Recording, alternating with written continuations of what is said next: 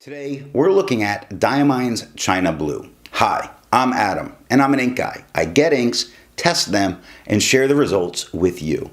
Now, Diamine's China Blue is a blue ink. To make sure I have a range of experience with this ink, I do the writing samples. I then put the ink into a different pen for a day. I then put it into a Levenger True Writer to take my notes for this video. Before we go look at the writing samples, let's look at the sciencey bits. Up first is the chromatography, and I agree with Vita that I've learned a lot by doing multiple chromatographies. The one on the left is done the way it's supposed to be done, and we see that it starts pushing straight up the page, although it's not fleeing the water. There's plenty of blue left behind, it's very light blue, and it gets dark at the top.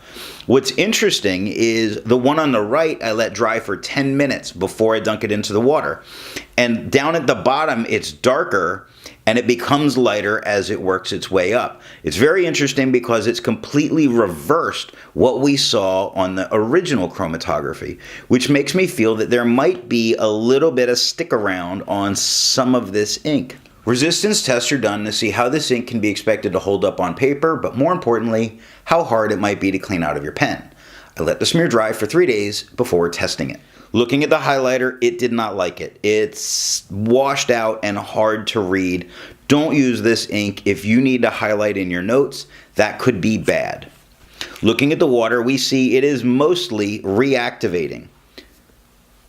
Most all the ink comes off. We're left with a very light blue behind. A blue behind. The pen flush does basically the same thing. It reactivates and pulls everything off, leaving only another blue behind.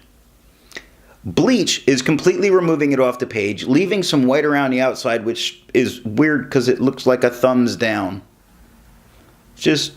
But you should only need water, in my opinion, to get this off the paper. For the inks I've tested, I found an average viscosity of 2.5, with the realm of normal being 2.1 to 2.9. Diamine's China Blue has a viscosity of 2.62, making it normal. To find my average dry times, I use my writing samples done with the extra fine and medium nib on Clairefontaine, Tomoe River, and Rhodia paper. For the inks I've tested, I have found an average dry time of 17 seconds, with the realm of normal being from 13 to 21 seconds. Diamine's China Blue has an average dry time of 17 seconds, making it not just normal, but average. Now, let's look at the writing sample. So I have this ink in sample form, and to keep my writing samples consistent, I use a Jinhao 159 with a Goulet 1.1 stub, a Jinhao X450 with a Goulet medium, and a Jinhao X750 with a Goulet extra fine. Let's look at Clairefontaine. We get no bleeding, no ghosting. The 1.1 gives us a beautiful dark blue that's not too dark. It has no feather, no spread, no halo, no sheen. It shows us color variation in only a couple little spots, but it is there. Moving on to the extra fine, it's definitely a lighter tone. With no feather, no spread, no halo, no sheen. Definite color variation through the writing. 11 seconds to dry. The medium gives us a darker tone than the extra fine. With no feather, no spread, no halo, no sheen, and definite shading all the way through. And when it shades, it seems to be shading lighter rather than darker, which is very nice. And it goes light, a little lighter than I got with the extra fine. 16 seconds to dry. The extra fine and the medium scrubby show us that we're going to get some color variation. The smear test, I don't know that I could recover this if I smear it while I'm writing. Tomoe River, no bleeding. We have ghosting. The 1.1 has no feather, no spread, no halo, has halo entirely. Complete halo. Somebody went and sent magical elves to outline all of this writing with a 1.1. Absolute halo the whole way through on the Tomoe River, and I think this is the only time we're really going to get to see it. But it's nice to have here. If you like Tomoe River and you like blue ink, if you like halo, if that's the thing you're after, use this ink on this paper with a 1.1 stub. Maybe even, thicker with the Lamy like the 1.9. I bet the halo becomes a little even more defined. No color variation with the 1.1. The extra fine gives us no feather, no spread, no halo, no sheen, no shade, 18 seconds to dry. The medium gives us no feather, no spread, no halo, no sheen, no shade, 24 seconds to dry. Now the scrubby for both the extra fine and the medium shows we're not going to get any color variation, and the smear said you don't get to recover what you write on Tomoe River. So I looked at Rhodia as a standard that I always use. It has no bleeding, no ghosting. The 1.1 has no feather, no spread, no halo, no sheen, no shade. It's definitely a darker tone than we got with the extra fine. The extra fine gives us no feather, no spread, no halo, no sheen, and definite shading all the way through. It's not the most dramatic when it's doing it, but it's definitely there. If I look at the word quick, it gets darker on the left, it gets a little lighter and darker again on the right. Brown starts out darker, gets a little bit lighter and darker again onto the end. I definitely see it on Fox, so we do get color variation with the extra fine. 13 seconds to dry. Medium gives us no feather, no spread, no halo, no sheen, and yes, much more shading than we got with the extra fine. 17 seconds to dry. The scrubby for both the extra fine and the medium show us that we're going to get color variation. The smear says you could recover what you wrote. So I went and I was using this with a broad. And the thing is, I'm getting color variation. I'm getting inconsistent color with this with the broad. It's lighter up here than it is down here, but it's the same pen on the same paper. We're getting color variation, yes, but it's in like whole batches. Up here, it's definitely lighter than down here. And that's strange.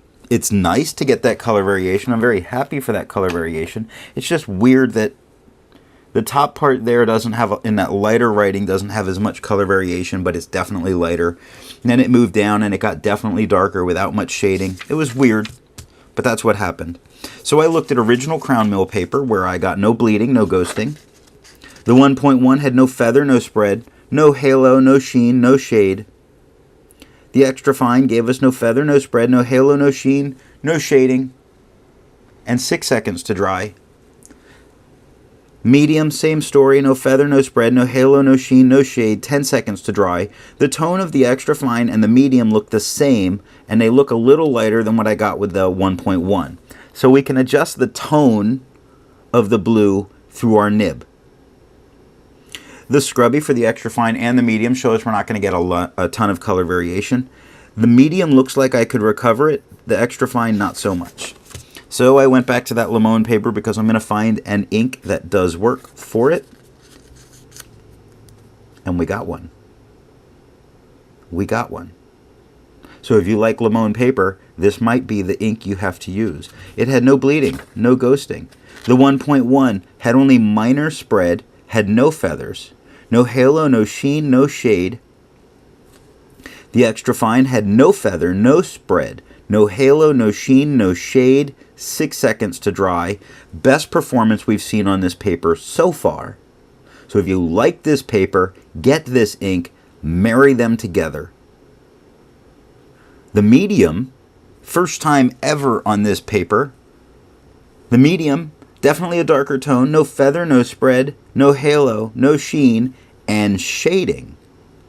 For the first time on this paper, we're getting really good shading, good performance. 9 seconds to dry, but look at that. We actually get shading all the way through on this ink, and it didn't come through.